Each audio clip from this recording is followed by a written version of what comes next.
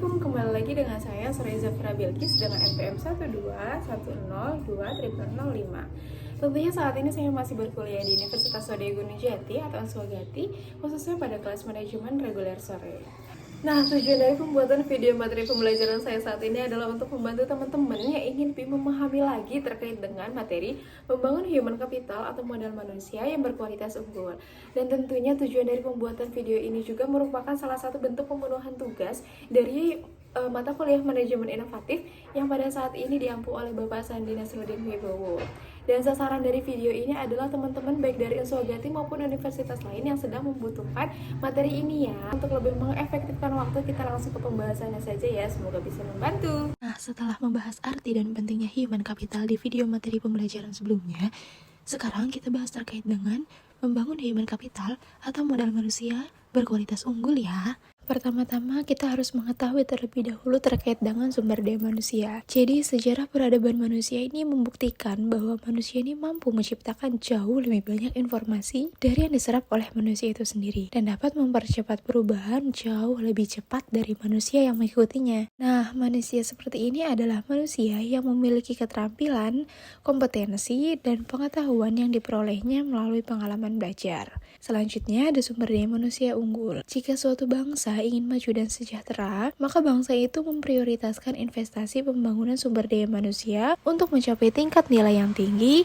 dan tersedianya sumber daya manusia unggul. Penekanan nilai ini membantu manusia lebih kreatif, produktif, dan mampu menyelesaikan masalah yang dihadapi dan bekerja keras dengan komitmen dan dedikasi tinggi, didukung dengan integritas tinggi. Nah, selanjutnya ada investasi pendidikan untuk sumber daya manusia unggul. Pembangunan human capital melalui investasi pendidikan oleh pemerintah, swasta, maupun masyarakat itu penting untuk mempersiapkan masa depan bangsa yang lebih baik lagi. Selanjutnya, ada variabel penting dalam sumber daya manusia. Variabel penting dalam sumber manusia adalah kemampuan, sikap, nilai-nilai, kebutuhan, dan karakteristik demografinya. Nah, variabel tersebut menurut Gomes pada tahun 2003 dalam bukunya pada halaman 26 dipengaruhi oleh lingkungan seperti norma dan nilai-nilai masyarakat, tingkat pendidikan, dan peluang yang tersedia. Lalu selanjutnya ada pentingnya manajemen sumber daya manusia. Sifat sumber daya manusia selalu berkembang atau dinamis,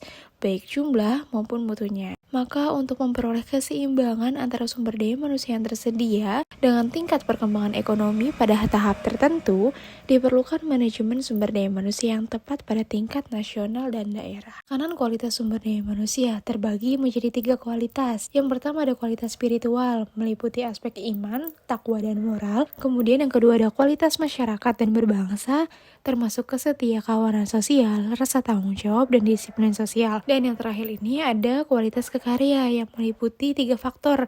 Yang pertama ini ada faktor pribadi, yaitu kecerdasan, pengetahuan, keterampilan, dan mandiri. Yang kedua ada faktor lingkungan dalam organisasi seperti situasi kerja dan kepemimpinan. Dan yang terakhir adalah faktor luar organisasi seperti memahami nilai-nilai sosial dan ekonomi. Kebutuhan sumber daya manusia di Indonesia. Nah, dari penjelasan saya sebelumnya tadi dapat disimpulkan nih bahwa sumber daya manusia yang diperlukan di negara kita tercinta ini Indonesia adalah orang-orang yang cakap, dapat dipercaya, memiliki motivasi yang tinggi, memiliki kemampuan dan kecakapan, menciptakan iklim hubungan yang produktif, dan mengembangkan iklim kerjasama tim yang solid.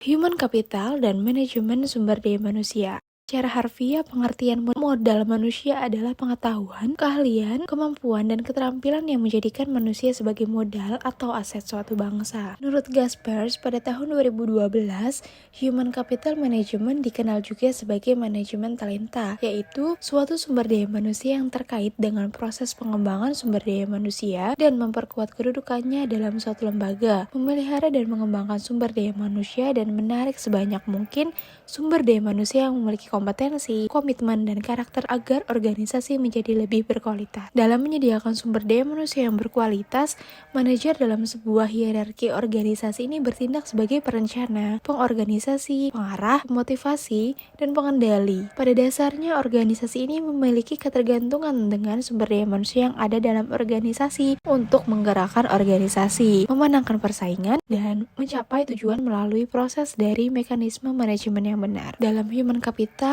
Manajemen sumber daya manusia adalah penggunaan dan pengaplikasian fungsi-fungsi manajemen yang memfokuskan perhatiannya pada pengelolaan dan pengaturan peranan sumber daya manusia dalam suatu organisasi. Human capital dan investasi pembangunan sumber daya manusia. Yang pertama ada standar kualitas. Kualitas produktivitas memenuhi standar apabila sumber daya manusia mendapatkan pengalaman belajar dan latihan yang cukup untuk penguasaan ilmu pengetahuan dan keterampilan sesuai dengan peminatannya. Kemudian yang kedua, ada penempatan sumber daya manusia. Penempatan orang yang berprestasi dan bereputasi akan memberikan jaminan bahwa pembangunan human capital dalam organisasi pendidikan dapat memenuhi target sumber daya manusia yang diharapkan. Dan yang ketiga ada investasi sumber daya manusia.